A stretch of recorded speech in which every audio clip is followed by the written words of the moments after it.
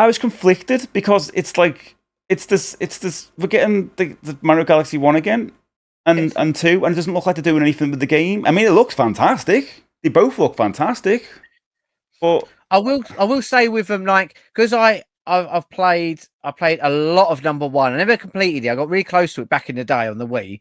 But when I got this when I got it part of that All-Star collection, All-Star collection, it's basically just upscaled. It's not actually been remastered. It's just upscaled, but the upscaling is done very well. It's very good. You look at it and you think, oh, it's just like the Wii version. But if you actually play the Wii version, it does look a bit ropey compared to this. It looks beautiful. Mm-hmm. So, but then my problem was, you're gonna say I bought it because I wanted that collection, but I wanted to have both the games. There's only 2 Galaxy games, so you thought you might as well have both of them together, and they released one on there, and then. But as soon as you put, it's weird though, because if you just would have released the second one, it'd be odd to just put it out on its own. But then it makes sense because we haven't had the second one. But as soon as you put the first one, it kind of oddly undervalues it because the first one's already been out. So then you're thinking, how much is it? And I know Waggy, I don't know if Waggy's still around. He did put a message at the top somewhere. I'm going back. Oh, yeah, Waggy said, just look at the prices for Galaxy 1 and 2 and Galaxy 2 download. Just under £60 and £34, but basically just, wow, that's absolutely nuts. £34 for the download of the one for a Wii game at this point. We can get the game for £10. They're both about less than that, about £10 each. Jesus, I will not be buying this. I'm a bit gutted with that because at the end of the trailer, it does show. It says you could buy the games separately. Yeah. I did put this on our the thumbnail as well because I mean, this is one of the biggest pieces of news, I guess. It is really, even though it's literally, this is a re-release, isn't it now? Yeah. The first one is anyway. You release it again. It's the I mean, I'm glad they didn't say this will be out for limited quantities. That'd be so weird. And it's on Nintendo Switch 1 as well, so it doesn't need to be on Switch 2, which is quite interesting as well. Yeah, they haven't really stated if it's going to be. Well, actually, I think I picked up on when I was flicking through it. There was a bit where it tells you what's actually new with these versions. Oh, really? For the number 2 as well? Oh, yeah, because this is actually on the website. So it has upgraded visuals for both games. Okay. It's upscaling. But then it's nothing exciting. You've got stuff like turn on assist mode to help with your adventure. Play with more health, heal by just standing still, and return to solid ground. And if you fail in space, you can turn the mode and switch off where. Sounds like the worst tagline for Alien. It does, doesn't it? If you fail in space, just stand still. You'll be fine. And then the other bits it's got enjoy an additional chapter of Rosalina's picture book, which I mentioned in the direct. Yeah. For Galaxy 1, and discover an entirely new picture book for Mario Galaxy 2, which I want to address that in a second, actually. Yes. And also it has listened to the soundtrack of each game from the main menu. 154 tracks. You do that in the first game, in the other pack, can't you? But with the other 3 games. You could. Yeah. But the thing that makes this one quite interesting with number 2 that I am intrigued in, that I loved Mario Galaxy 1 because I love these are way up there, high games for me. The problem with number 2, it's the same as the first one, really. It's more the first, which is nothing wrong with that. My problem, they totally got rid of Rosalina. The whole point of the first game was based around that character, and it was a very sad and deep story. If you went to the story type, if you didn't go into that room, you wouldn't know about a story. You wouldn't matter. You'd be like, I'm going after Bowser and leave it at that. But there's a whole underlying story of Rosalina that's quite sad about an abandoned child, and they adopted her. She don't know about her past. And she's got rid of it. She's got rid of her in the next one. Second one, the only time you see her, if you do really bad on a level, a spirit version appears and says, if you need any help, you can do this and we could play the level for you. She had no more story to tell, mate. She was like, oh, yeah. Yeah, it was like, unbelievable. And that was it. So there was the second one, they went, well, it felt like number 2 was almost like DLC. Yeah. But it's a massive game, and I loved it. I've 100%ed both of them. Absolutely loved Remind me, what's the book all about?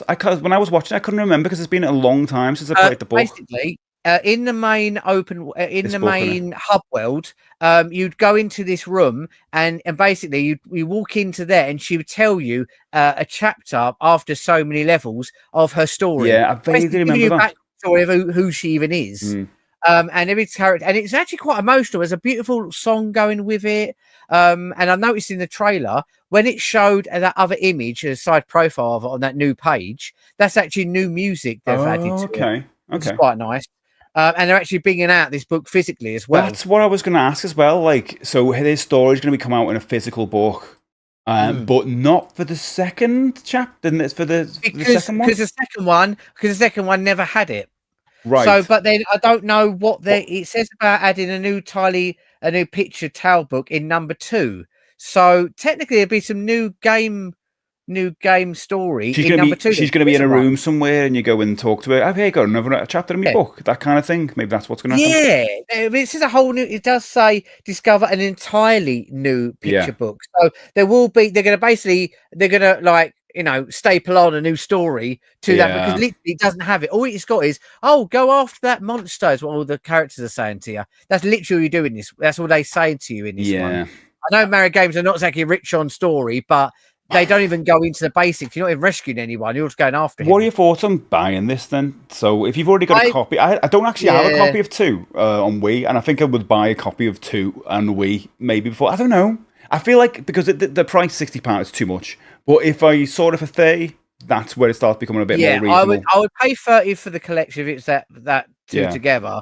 I would say the thing, I'm guessing they're doing this one, which they did in the Switch version. When you spin, you could just press the Y button on the re-release on the Switch. With number 2 on the Wii, you had to do that with your controller. You have to kind of do this. Waggle was the official term, I think. Well, we all adopted. Waggle. Yeah, you have to waggle it when you have to do the spin move. Which, when you're playing a game, you get used to it. It becomes second nature. But as soon as I played the Switch version, I could just press a button. Yeah. It was so much nicer. It was so much nicer. That's a lot better. So I'm gutted, because the whole reason I would like to get this is because it got buying that All-Star collection, and I played through Galaxy, and I got addicted to it again. I forgot how much I enjoyed it, and I loved it so much. I went, I want to play number 2 now, and I basically blew the dust off my number 2. I found I never got very far in, and then I went right, and then I played through on stream because I loved. Did you feel a bit fatigued in the second one though? Because it was, I guess you said, more of the same. Did you feel like you should have had a breather in between? Yeah, when it first came out, because I had got 1 and 2, because I didn't get 1 straight away, and I don't know what happened. I think I rather got 1 really cheap when number 2 came out. Yeah, and I played I played quite a lot of number 1. Didn't quite finish it for some reason. I have no idea why.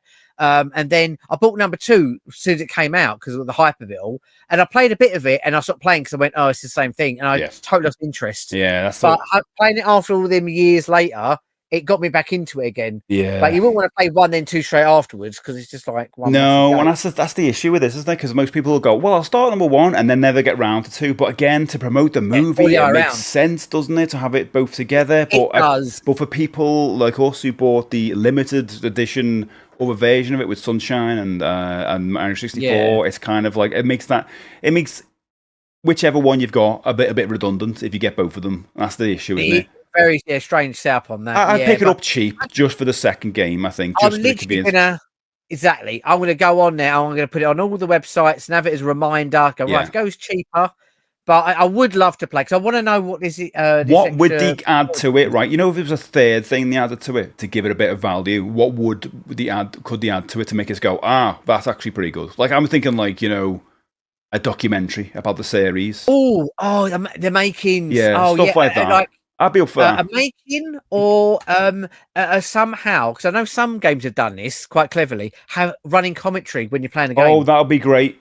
And then you go up to a certain, you go to start the new level, and then you have whoever. Just anything. I just think it's like nowadays, since Digital Eclipse came out with all of those amazing collections, and you kind of set the bar like of what you should do with the collections. And now when I see a collection like this, we've got the soundtracks on. It's just lazy to me. It's just like we threw 2 games on it. Yeah, it's great to have the convenience to play a second game, but come on, this is for some people. This is going to be the third time people have bought Mario Galaxy, and more if you bought it digitally as well. So it just comes across not greedy.